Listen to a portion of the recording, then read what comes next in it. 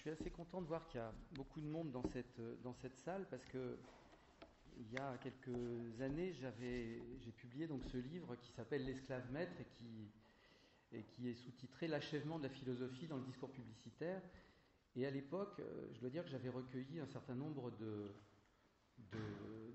d'opinions assez défavorables sur cette hypothèse, qu'il pourrait y avoir un lien entre l'un et l'autre. C'était même une hypothèse qui passait pour quelque chose d'un petit peu dément ou d'un petit peu délirant.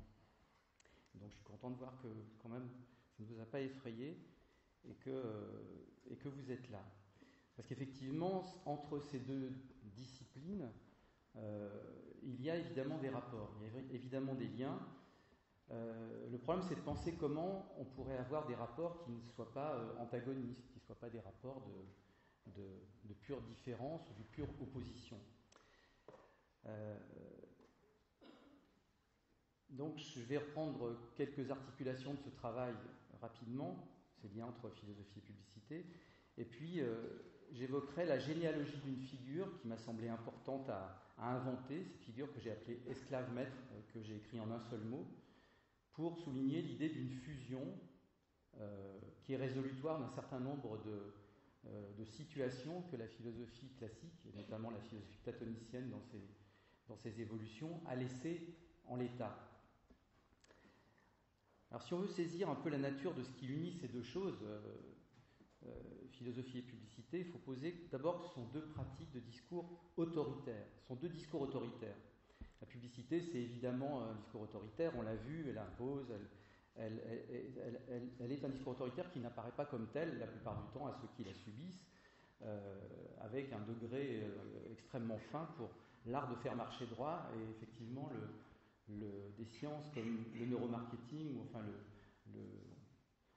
la précision développée par les techniques de conviction publicitaire font qu'on est arrivé à un degré de soumission dont aucun tyran n'aurait pu même rêver. En fait, si on veut comprendre pourquoi le discours publicitaire a pris une aussi grande place et un aussi grand pouvoir, il faut juste comprendre qu'elle est due à une faculté. Cette faculté, c'est une faculté qui est de gérer la dynamique de frontières. Alors qu'est-ce que ça veut dire ? Ça veut dire que la première fonction de la publicité, c'est d'établir pour des marques des territoires et de défendre ces territoires les uns contre les autres. Et donc c'est un discours qui a su se placer d'entrée dans l'idée de fabriquer des spatialités, de fabriquer des zones qui sont son mode d'expression. C'est un discours qui évolue dans une dimension purement spatiale. Et donc ça, c'est très important parce que c'est le seul discours à avoir pris la question de cette spatialité comme discours, ou du discours comme spatialité, comme objet explicite. Et donc ce discours qui organise le territoire des marques, il organise aussi aujourd'hui le territoire des hommes. Et donc elle ressemble, enfin elle évoque en tout cas de manière peut-être analogique à un autre discours autoritaire qui a été désireux d'organiser le comportement des êtres humains par le biais d'un langage rationalisé, d'un langage purement rationalisé, un discours qui était omniscient, qui a distribué les places de tous les autres discours dans la cité, c'est la philosophie platonicienne. Bon. Alors, je crois que ce n'est pas la peine de revenir sur ce qui oppose l'un et l'autre, comme ça, quand on y pense spontanément. Mais en tout cas, cette opposition, elle est tellement stricte et terme à terme qu'elle cache évidemment un lien, elle cache évidemment une symétrie de structure qui doit être intéressante. Ce qu'il faut souligner ensuite, c'est que la publicité, on dit d'habitude la publicité, c'est le règne de l'image. Alors la publicité, c'est tout sauf le règne de l'image. La publicité, elle consacre l'ordre du discours. La publicité, c'est un discours rationalisé, mis au service d'une volonté commerciale, politique, sociale désormais. Et donc, c'est un objet qui ne travaille pas avec des images, car même ces images sont des discours mis en images. C'est un visuel publicitaire, c'est une stratégie et donc une séquence de sens qui a été mise en image. Donc on est dans un pur registre de fonctionnement de discours. Et la publicité, elle ne se laisse pas réduire aux énoncés qui la manifestent, évidemment, sous tous ces registres d'images, de sons, dont on a vu beaucoup d'exemples tout à l'heure. Il y a un ordre du discours, et un ordre du discours publicitaire. Et c'est en ça qu'elle a su exporter dans les autres discours, notamment le politique, l'information, la science, l'art, la culture, etc., l'idée qu'on s'adressait à un public et donc à une cible. À partir du moment où on avait des techniques pour parler à ces cibles, le discours publicitaire a pu infuser dans tous ces discours et imposer ses normes et ses façons de faire. Et donc c'est pour cette raison que, évidemment, toute proportion gardée, la publicité elle possède aujourd'hui ce statut de discours des discours dans la philosophie platonicienne. La première s'est longtemps enorgueillie. Et elle est effectivement devenue, alors on l'a vu encore tout à l'heure, un des moyens, un des concurrents les plus sérieux de la philosophie, en tout cas pour montrer ce que pourrait être une cité idéale, une situation idéale, un état idéal. C'était le truc de Platon, de fabriquer une cité idéale à partir d'une rationalisation extrême du discours. Et donc on peut se dire aujourd'hui que le publicitaire, c'est le seul véritable platonicien, c'est-à-dire celui qui a réussi à faire ce que Platon lui-même n'a pas fait, une cité construite sur la rationalisation extrême du discours et en faire la promotion, mais la promotion dans la réalité, en transformant la réalité des choses. Donc c'est une cité qui est évidemment une cité à la fois idéale dans ces images qu'on a vues tout à l'heure. Moi je n'ai pas d'image, donc je vais beaucoup m'appuyer sur celle que j'ai vue. C'est une cité en même temps dans la réalité, qui fonctionne dans la réalité, à un certain niveau de réalité. Alors, quand on dit être le discours des discours, ça veut dire être le maître des discours, devenir le maître des discours. Pourtant, c'est étonnant, parce que la publicité, c'est un objet servile, c'est un objet qui n'existe que pour servir les marques. Elle a en elle-même aucune existence propre, elle n'a aucune réalité en elle-même. Et donc, on a un discours qui a commencé son travail, son œuvre, en position de servilité, elle est esclave des marques et des autres modes de discours, et puis, comme dans la dialectique du maître et de l'esclave, elle est devenue, en tant qu'esclave, maître du maître, et le maître esclave de l'esclave. Donc, les positions se sont renversées, mais il y a une chose à noter qui est le plus important, c'est que la plus grande nouveauté de cette affaire, c'est que ce mouvement, il a eu lieu en détruisant dans ce jeu-là, le cadre bipolaire, le cadre du maître et de l'esclave, qui rendait possible même l'idée d'une dialectique, qui rendait possible l'idée et le fonctionnement même de la dialectique. Et donc, l'esclave s'est rendu maître du maître, mais en rendant indiscernable la différence entre l'un et l'autre. Et donc, c'est en ça que ce discours il permet de saisir quelque chose de notre situation actuelle, puisque s'installe dans le cœur de nos démocraties, dans les individus, dans les sociétés, dans les discours, une tentative de dépassement généralisé de la division, comme le dit le terme esclave-maître, un au-delà de la dialectique, et qui donne une sorte de forme inédite de socialité pour laquelle il faudrait former un mot comme monotique ou monolectique en opposition avec dialectique, c'est-à-dire qui ne fonctionnerait plus sur la division. Ces formes inédites, elles sont post-dialectiques, ou même elles seraient débarrassées de la dialectique, si on voulait le voir comme le fait que la dialectique ne soit pas une nécessité impérieuse, et donc elles relèvent d'un nouveau concept que j'ai appelé esclave-maître. Donc cet esclave-maître, je vais essayer d'évoquer comment cette évolution des rapports entre le maître et l'esclave dans le milieu démocratique, en milieu démocratique, a débouché sur cette indistinction dans cette figure qui est issue du discours publicitaire, et donc ce passage s'est fait au prix d'un dépassement, d'une disparition du cadre dialectique de la pensée et du monde. Alors pour ça, ça suppose de remonter un peu à des éléments de lisibilité un peu anciens, c'est-à-dire qu'avec la démocratie, on a aboli un régime qui était basé sur des inégalités héréditaires. C'était l'ancien régime, il y avait des hommes inégaux, il y avait des seigneurs et des serfs, des maîtres et des esclaves, et on y a substitué un régime fondé sur l'égalité de droit. L'ancien régime, c'était un truc qui permettait, en tout cas, de comprendre et de voir très clairement où étaient les places respectives du maître et de l'esclave. Ces places, on se rend compte aujourd'hui quand on essaye d'y penser, même quand quand on essaye de penser en nous-mêmes ce qui nous habite, que ces places de maître et d'esclave, elles sont devenues incroyablement plus incertaines, incroyablement plus floues. D'ailleurs, c'est comme toute chose, elles sont devenues à bord flou. Ce sont des positions qui sont beaucoup plus difficiles à isoler, ou en tout cas à opposer. Et c'est vrai qu'on vit un temps où on vit une liberté absolument extraordinaire, notamment dans l'accès à l'information, et où en même temps, on n'a jamais eu un encadrement normatif de l'existence aussi grand. C'est vrai que jamais la domination et la servitude n'ont été aussi présentes qu'aujourd'hui, et jamais peut-être les figures du maître et de l'esclave n'ont été si contemporaines, voire si proches.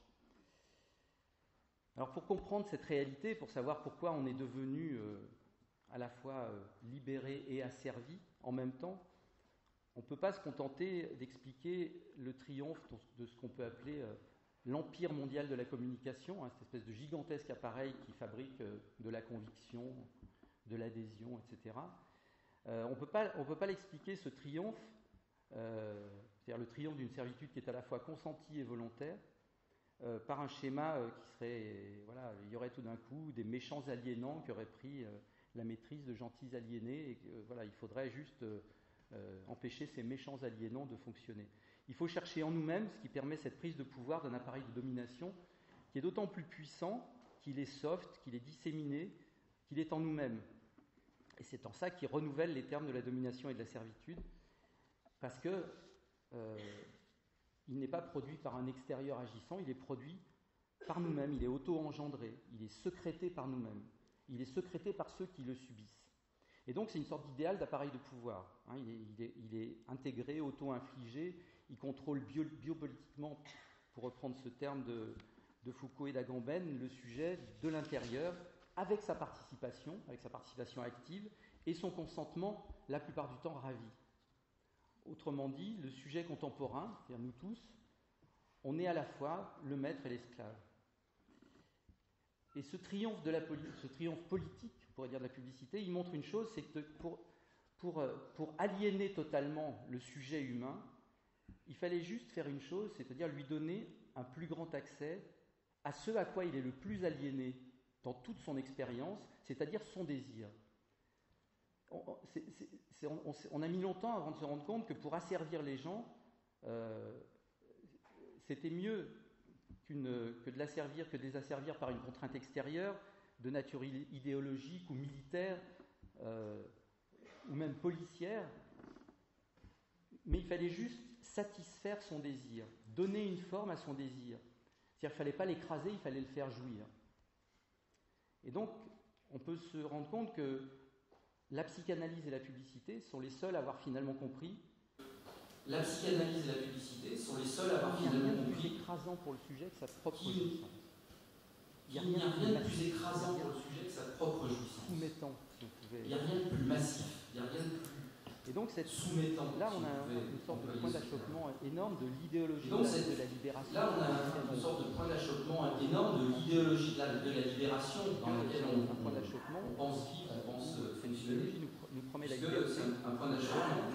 Cette idéologie nous promet la liberté et nous donne un niveau d'aliénation qui n'a jamais été atteint. Sur un mode absolument irrésistible. Un mode autophagique. Qui fonctionne sur un mode absolument irrésistible. Consommation. C'est un mode autophagique. Dévoration. Un mode d'autoconsommation. Cette autodévoration, elle a une puissance d'agir. Cette autodévoration, elle a une puissance d'agir qu'aucune idéologie jusqu'à ce jour. Puissance d'agir sur le comportement réel des gens.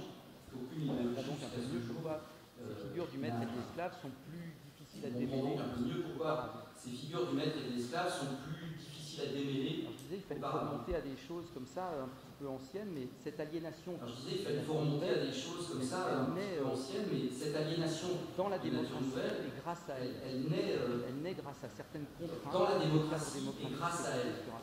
Elle naît grâce à certaines contraintes que le cadre démocratique fait peser sur un certain nombre de catégories de cadres, notamment c'est ça que j'ai trouvé très un certain nombre de catégories de cadres, alors notamment, c'est ça que j'ai trouvé très intéressant tout à l'heure, cette question du temps, la discussion de nos amis de Libération tout à l'heure sur cette problème avec le temps, il y a un problème avec l'espace et il y a un problème avec la dialectique. Donc il y a un problème avec le temps, il y a un problème avec l'espace et il y a un problème avec la dialectique. Son fonctionnement, donc ça oblige à regarder le fait de la démocratie.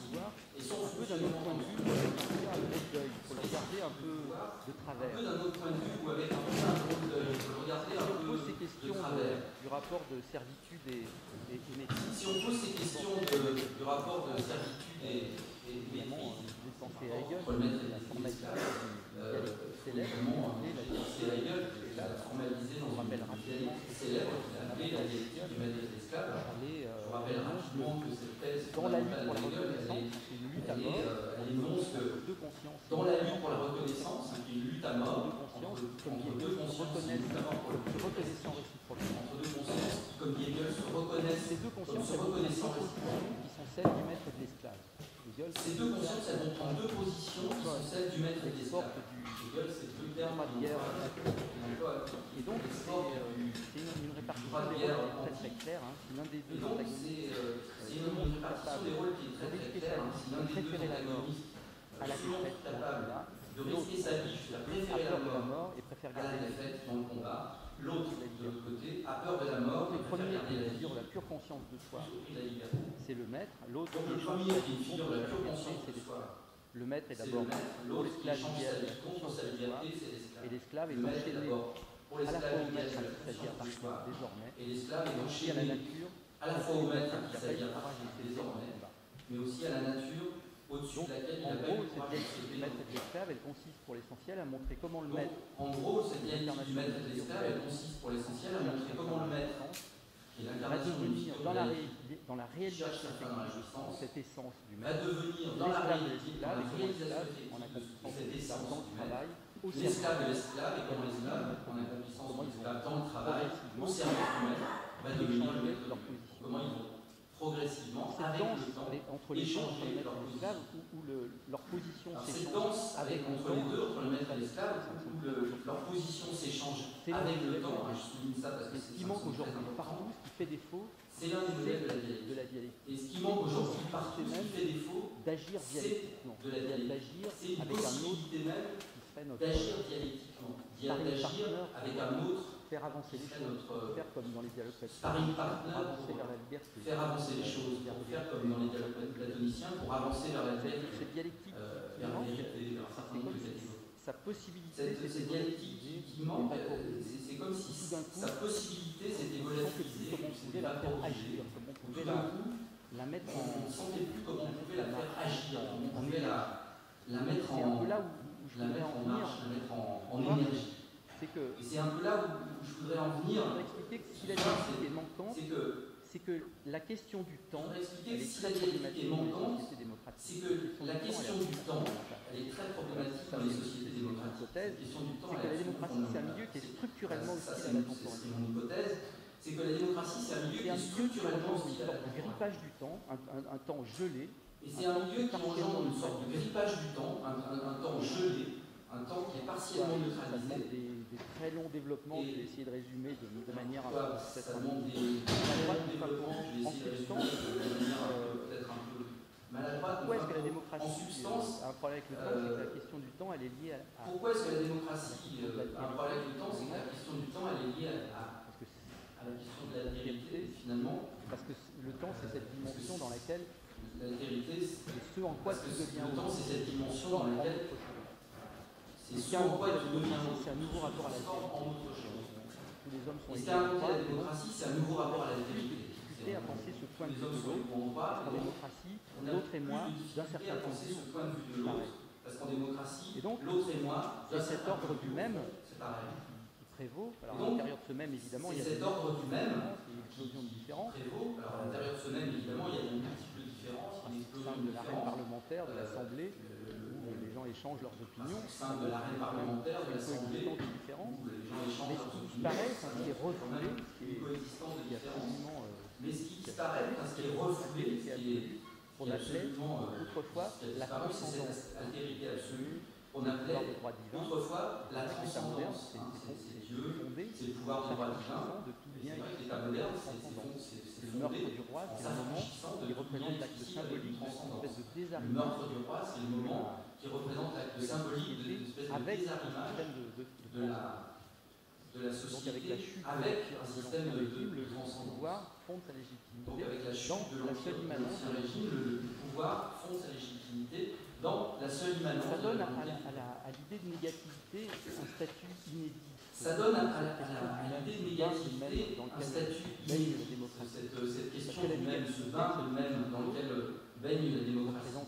Parce que la négativité, cette fonction de l'autre, elle n'a plus de place logique pour jouer son rôle de moteur de la dialectique. Elle n'a plus de place logique pour jouer son rôle de moteur de la dialectique. Là, tout d'un coup, on est dans un système dialectique entre les qui rend cette fonction qui était Là, tout d'un coup, on est dans un système qui rend cette fonction qui était relativement à travers des mécanismes plus pâteuse, plus épaisse, comme si on devait passer à travers des mécanismes de plus en plus une démocratie qui entretient avec le temps un rapport qui est à la fois donc, on a une démocratie qui entretient avec le temps un rapport qui est à la fois angoissé et fasciné. Une espèce d'impératif de nouveauté. Ce rapport, il trouve sa source dans l'espèce d'impératif de nouveauté. La démocratie, elle a fait un truc absolument extraordinaire.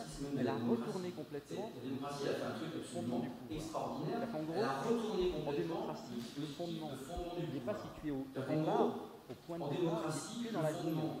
Il n'est pas situé au départ. Ça veut dire qu'il n'est pas derrière, dans l'avenir. Comme tout fondement, ça veut dire qu'il n'est pas mythologique, derrière, un passé mythique, une fable originelle, il n'est pas derrière, mais le point de départ, une fable originelle, il n'est pas derrière, il est sans cesse à rejouer à cause de l'élection simplement. Il est devant, il est sans cesse à rejouer, à renouveler à cause de l'élection. Elle est le système de l'élection qui fondation refonde le pouvoir. Un fondement. Non, elle est le système de fondation mais à qui pose un fondement non plus donc ce truc au est départ, absolument vertigineux, puisque ce sur quoi on s'appuyait avant pour agir, ce sur quoi on s'appuyait avant aller dans le bon sens, ça fonctionne plus. Pour agir, pour être sûr qu'on allait dans le bon sens, ça fonctionne plus. En tout cas, ça fonctionne plus difficile. Le pouvoir, donc, c'est quelque chose qui doit se représenter devant le peuple pour refonder sa légitimité. Le pouvoir, donc, c'est quelque chose qui doit se représenter devant le peuple rien pour n'est jamais sa légitimité. Et avec le principe de l'élection, tout risque de rien n'est jamais jamais pareil.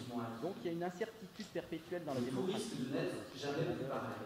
Donc il y a une incertitude perpétuelle dans la démocratie. Et en tout cas, sur cette question, il y a comme en filigrane l'idée que l'avenir c'est un truc angoissant parce que c'est un lien de possible transformation qui est peu compatible avec l'idée générale du même. Qui est peu compatible avec la démocratie, elle annonce une nouveauté, elle annonce tout le temps une nouveauté, donc, un principe de la renouvellement. Elle annonce une nouveauté, donc elle est prise dans cette espèce de principe de renouvellement, en même temps elle extrêmement compliqué. Donc elle est prise dans cette que le nouveau, ça système combine deux dimensions avec laquelle, là aussi, parce que le nouveau, structurellement mal à l'aise. Ça combine deux dimensions avec laquelle, là aussi, il est structurellement mal à l'aise. Mais aussi le temps. Parce que la nouveauté, ça suppose un avant et un après, donc mais aussi le temps. Donc parce on a que la nouveauté, ça suppose un avant et un après, donc la temporalité. Une impossibilité. Donc on a un système qui est dans un passé légitimé, donc inutile, et un avenir inquiétant. Dans un passé légitimé, donc inutile, et un avenir inquiétant parce qu'il est le lieu d'une légitimité toujours à refondre. Donc ce temps démocratique, ce temps de la démocratie, à explorer et à qui se vide peu à peu de sa capacité à explorer et à exprimer une temporalité qui se neutralise progressivement. C'est le présent. Le seul mode qui existe la démocratie, elle développe une espèce de passion forcenée. Tout doit être géré au présent. Alors le présent, c'est un truc extraordinaire. Tout doit être géré au présent. Alors le présent, c'est un truc extraordinaire parce que il y en a une parmi les multiples intéressantes à proposer en tout cas, c'est que le présent, ça serait une précipitation du temps dans l'espace. C'est comme le présent, ça serait une précipitation du temps dans l'espace pour qu'il occupe cette place du présent. Et on le faisait chuter dans l'espace pour qu'il occupe cette place du présent. Il occupe ce lieu du présent. Cette passion forcenée du présent, elle trouve évidemment dans la publicité. Cette passion forcenée du présent, elle trouve évidemment dans la publicité un langage, une imagerie idéale. Anémié de la démocratie. La publicité, c'est un symptôme de ce temps anémié de la démocratie. Comme la démocratie, elle est traversée par un thème récurrent, qui est celui de la jeunesse. Comme la démocratie, elle est traversée par un thème récurrent, qui est celui de la jeunesse, vraiment là, conjugue et le nouveau et le présent. La jeunesse, c'est ce qui est ces valeurs cardinales, elles fabriquent une sorte de simulacre de temporalité. Ces valeurs cardinale, elle fabrique une sorte de simulacre de temporalité. C'est placé sous le signe de ce faux rapport au temps et l'actualité. Pour être, comme on dit, de son temps. Elles imposent qu'il faut posséder. En fait, la publicité n'a rien à voir avec l'esprit du temps. Elle a plutôt à voir avec la plus raffinée de la haine du temps, la plus raffinée de l'esprit du temps, c'est-à-dire que la haine du temps, qui est le propre de la démocratie, s'y manifeste à travers la mise en présence. Alors, cette annulation, ce refoulement, ce gel du temps, hein, c'est une séquence logique. Cette annulation, ce refoulement, ce gel du temps, c'est une séquence logique. Ce gel du temps libère, plutôt hypertrophie, ce gel du temps libère, ou plutôt hypertrophie, à l'autre catégorie fondamentale de notre rapport au monde, c'est-à-dire à l'espace. Énorme, et à l'autre catégorie fondamentale de notre rapport au monde, c'est-à-dire à l'espace. Quel espace, hein, il s'agit de cet espace qui est reformaté, organisé par un affrontement concurrentiel. Cet espace qui est reformaté et organisé par un affrontement concurrentiel où les marques et la publicité pensent leur action. Donc dans cet affrontement, évidemment, le système des médias il est absolument prévalent. Donc dans cet affrontement, évidemment, le système des médias il est absolument prévalent. En termes analogiques, conditionne l'émergence de tous les discours en termes analogiques de l'espace public. La ZAPET, quand on faisait encore l'expérience de la d'une chaîne à l'autre, ZAPET, on se rendait compte qu'on avait des totalement disparu, qui étaient d'une chaîne à l'autre. Toutes les chaînes on se rendait compte qu'on avait des séquences de sens qui étaient en même temps. Toutes les chaînes donnaient l'actualité en même temps. C'est-à-dire qu'on avait une coprésence, on n'avait plus de succession. La logique même des médias, on avait une coprésence renforcée. La logique même des médias, elle a l'émergence renforcé en termes analogiques des espaces l'émergence de tous ces discours en termes analogiques à celui des espaces publicitaires. Quand on évidemment, le débat contradictoire, il est donc dans ce système, la publicité, elle agit comme une sorte de mode de contention, comme un mode de dépossession du temps. Elle agit comme une sorte de mode de contention, comme un mode de dépossession du temps au profit de l'espace. C'est son travail. Voilà ce qu'elle fait. Elle fait toute la journée. Elle dépossède toute chose du temps au profit de l'espace. Elle transvalue les choses de questions temporelles, on aurait de la liberté, de la possibilité de la en termes spatiaux, déroulement, c'est-à-dire là où on est pris pour les conditionner en termes spatiaux, c'est-à-dire là où on est pris à l'intérieur d'un industrie de retraitement, hein, dont l'objet serait retraiter le temps. D'industrie de retraitement, hein, dont l'objet serait retraiter le temps au profit de l'espace. Comme on l'a dit tout à l'heure, elle reconditionne ce temps en présent, un présent qui est donc, comme on l'a dit tout à l'heure, sorti de la temporalité, qui est soumis à cette dictature, celle qui produit la normalisation sociale des dictature de l'espace, celle qui produit la normalisation sociale des discours et donc des sont gigantesques. Donc évidemment, ces conséquences politiques, elles sont gigantesques.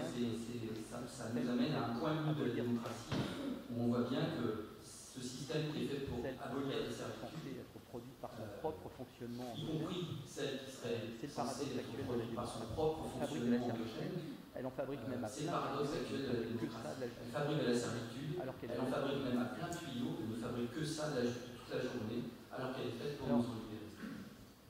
Une des conséquences parmi les plus importantes de ce gel du temps, à part la promotion de l'espace, parmi les plus importantes de ce gel du temps, à part la promotion de l'espace, c'est la troisième conséquence sur laquelle je vous invite. Ça engendre un blocage d'un principe qui est tout à fait essentiel à nos modes. Ça engendre un blocage d'un principe qui est tout à fait essentiel à nos modes d'intellection et de compréhension du monde, qui est le principe de non-contradiction. C'est un truc qui remonte à ce statut, un statut Aristote, nécessaire qui est de l'inventeur de la logique, a donné à ce statut un statut d'action nécessaire à toute connaissance. On ne peut pas dire en même temps que B appartient à A et que B n'appartient pas. On ne peut pas dire en même temps que B appartient à A et que B n'appartient pas. Tout fonctionnement il y a un principe de raisonnement, il y a un principe de base, de toutes ces séquences de sens qui se déroulent dans le temps. Puisqu'on est obligé de poser une chose qui se déroule dans le temps. Puisqu'on est obligé de poser une chose, puis le contraire de cette chose. Et donc, ce principe de non-contradiction, comme le dit Aristote, qui est la condition de non-contradiction, il est dans l'impossibilité Aristote, qui est la condition de toute connaissance, l'énonciation, il est dans l'impossibilité de fonctionner sans la dimension du temps. Sans lui, l'énonciation du temps, elle ne s'inscrit plus dans le déroulement essentiel du temps. Elle ne s'inscrit plus, l'énonciation, que dans la simultanéité spatiale. Elle ne s'inscrit plus, comme dans le système que dans la simultanéité spatiale des énoncés. comme dans le système de la Et donc l'énonciation, c'est plus, ça devient autre chose. Ça n'est plus l'inscription de la parole dans le temps, mais ça se réduit à une l'inscription de la parole dans le temps, et ça se réduit à une coprésence des énonciations à l'intérieur des différents espaces. La logique de l'espace règne sur celle du temps, on ne peut plus envisager.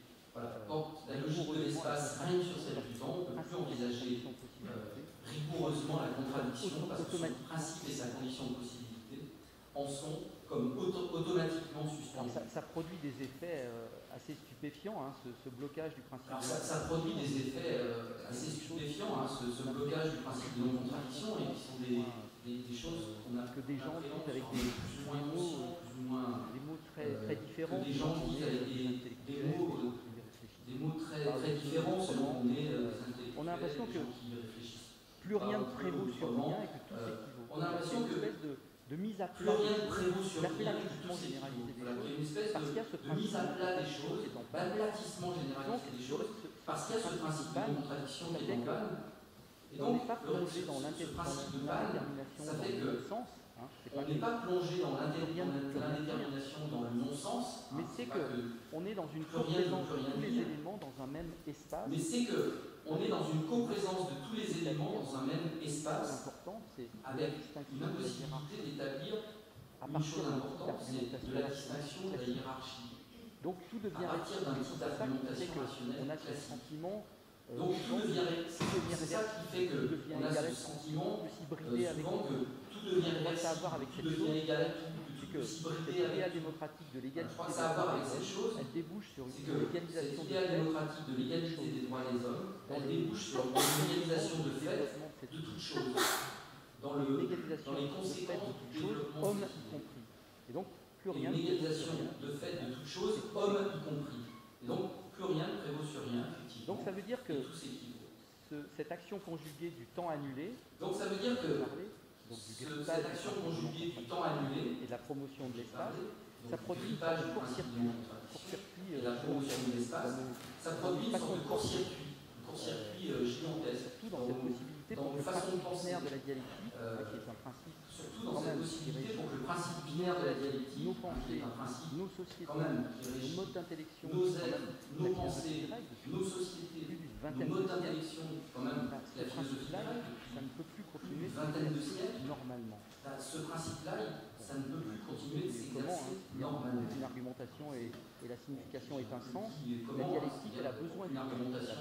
Et la signification est un sens. Le la temps, dialectique, elle a besoin du temps. Elle a besoin du temps, c'est son carburant. La dialectique, elle a besoin du temps pour se déployer. Il faut qu'on ait un argument, un contre-argument. La dialectique, elle a besoin du temps pour se déployer. Si on n'a pas de temps, un contre-argument, on a un temps qui est contraint, si on n'a pas de temps présent, on a un temps qui est contraint, réduit au présent, soumis à de l'espace, exprimer la temporalité. Si on a un temps qui exprime dans sa capacité à exprimer la temporalité, si on a un temps qui n'exprime plus la temporalité, on fait disparaître le carburant nécessaire au fonctionnement. En gros, qui fonctionne sur l'opposition entre polarité qui fonctionne en gros, qui fonctionne sur l'opposition entre les bipolarités qui fonctionnent. Bon, évidemment, c'est paradoxal tout ça, parce que tout ça est fondé. Bon, évidemment, c'est paradoxal tout ça, parce que tout ça est fondé en termes politiques sur l'expression dialectique des opinions des citoyens. Mais bizarrement, la démocratie, à travers leurs représentants. Mais bizarrement, la démocratie, la démocratie, c'est pas le lieu idéal pour l'expression de la dialectique. Même si la démocratie, c'est pas le lieu idéal pour l'expression de la dialectique. Même si c'est ce qu'ils font. Donc dans ce court-circuit général, la démocratie. Ce court-circuit permanent du temps. Donc dans ce court-circuit général, on a ce court-circuit permanent du temps qui est propre à la démocratie. Les objets, les choses, les on a et tous leurs contraires général de l'espace, tous les arguments, les objets, les choses, les hommes, et tous leurs contraires dialectiques. Mais tout ce qui était le contraire est important. On n'a pas seulement les choses, les hommes, les idées, mais tout ce qui était le contraire de tout ça se met à coexister simultanément. Ça a été un simultanément. des principaux agents de cette dissolution Alors, dialectique. le discours publicitaire, ça a été un des principaux agents de cette dissolution dialectique, et l'un et surtout son principal bénéficiaire. C'est ça qui nous ramène au maître et à l'esclave. Cette publicité dont on parle ce soir, elle a considérablement évolué dans son rapport aux autres. Dont on parle ce soir, elle a considérablement évolué dans son rapport aux autres. Produit au service et aux activités dont elle est censée n'être que le simple reflet. Modeste discours servi, les domestiques. comme on l'a déjà dit, travail de modeste discours servile et domestique, mode de discours dominant, travail initial, elle est progressivement devenue le mode de discours dominant. L'esclave qui était, le discours publicitaire est devenu maître, avec une maîtrise d'un genre nouveau, puisque ça a consisté à dissoudre la possibilité de toute distinction entre la figure du maître et celle de l'esclave, et derrière elle, celle de tout couple dialectique qui est issue de la philosophie. Cette généralisation sociale du mode publicitaire, ce à quoi on assiste, cette généralisation sociale du mode publicitaire, des modalités de la publicité dans tous les discours, dans le politique, essentiellement, elle a fait fondre le cadre général de la dialectique. Alors, pour finir avec cet exposé, j'ai dit tout à l'heure en commençant que le discours publicitaire présentait une aptitude bizarre, une aptitude singulière à gérer la dynamique des frontières, ces territoires de marque. Et savait prendre en charge globalement la gestion de la spatialité et des territoires. On voit mieux pourquoi la publicité, elle s'est imposée de façon décisive dans une sorte de lutte généralisée des discours pour le pouvoir. Donc, tous les discours luttent entre eux pour le pouvoir, pour savoir quel sera le discours le plus apte à exprimer la vérité du monde, la vérité de la politique, la vérité de la science, etc. Donc il y a une espèce de lutte comme ça générale des discours pour le pouvoir. Et bizarrement, pourquoi est-ce que la publicité, elle s'est imposée décisivement dans cette lutte ? Parce qu'elle est le seul discours qui a les capacités de gérer cette coprésence spatiale de toute chose. Elle est la première apparition de cette figure de l'esclave maître. C'est en elle que ça naît, cette figure, qu'on peut voir comme une corruption de l'essence. C'est une pure corruption de l'essence et de l'esclave et du maître. Mais elle est la première apparition, le lieu d'apparition, et elle-même est la première figure de l'esclave maître, en raison de cette aptitude qu'elle a à gérer d'abord le discours des marques, puis ensuite tous les discours. Elle gère tous les discours. Ses modalités gèrent tous les discours, comme s'ils étaient des territoires, c'est-à-dire comme de l'espace. Et pourquoi ça ? C'est parce que le discours publicitaire, c'est le premier discours qui peut survivre de manière à peu près intouchée, malgré la disparition du temps qui affecte tous les discours.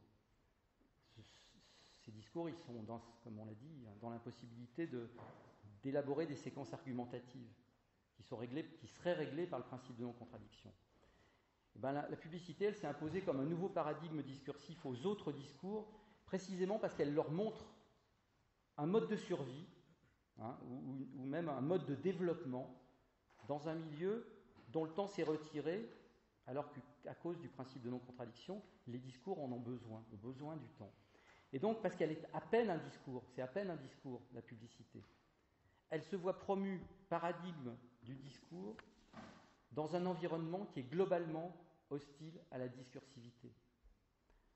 Dans un truc qui est globalement impropre à favoriser de la discursivité, ce machin bizarre de la publicité, qui a cette capacité à non plus fabriquer du temps et de la séquence argumentative, mais de la pure spatialité, elle montre un mode de survie. Elle montre une sorte d'issue paradoxale à la crise des discours à l'intérieur de la raréfaction du temps.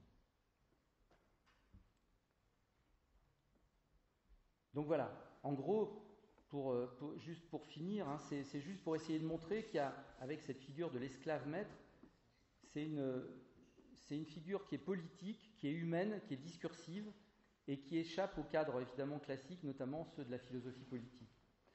Dans cette logique qui est assez inédite, on a une fusion du maître et de l'esclave. Dans cette logique qui est assez inédite, on a une fusion du maître et de l'esclave. Le maître du maître. Qui a fait de l'esclave qui est ce discours ancillaire. Laisse émerger la figure bizarre nouvelle d'un esclave qui serait maître en même temps tout en restant bizarre nouvelle d'un esclave qui serait maître en même temps tout en restant esclave. C'est une figure où le maître et l'esclave sont littéralement indistincts sans pour autant être confondus.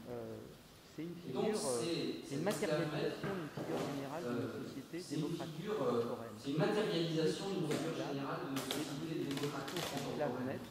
Où le discours esclave, les hommes eux-mêmes, l'esclave de l'ancien régime, les hommes ne pouvaient pas devenir autre chose que l'esclave de l'ancien régime, parce qu'ils sont dans l'égalité de ne droit pouvaient pas devenir autre chose à la fois ceux parce qu'ils sont dans l'égalité de droits avec l'ennemi, à la fois ceux qui exercent en dans cette grâce à logique l'égalité de assez droit, le maître et inédite, l'esclave, une fusion du maître et de l'esclave, qui a fait les citoyens sont à la fois et sous le même rapport, comme le dirait le maître du maître, comme le disait Hegel, on est dans le principe de laisse non-contradiction, émerger dans la la domination figure bizarre, nouvelle d'un esclave qui serait maître en même temps, tout en à la fois restant sujet de la esclave. domination Ces et objet figures de de la maître et esclave sont littéralement indistinctes sans pour autant être confondues. Et cet esclave-maître, au service de ce maître c'est une figure, l'esclave, c'est une matérialisation d'une figure comme si la générale liberté de l'esclave devenu maître ne pouvait désormais s'envisager sans l'intégration de la servitude de l'esclave à la domination du maître.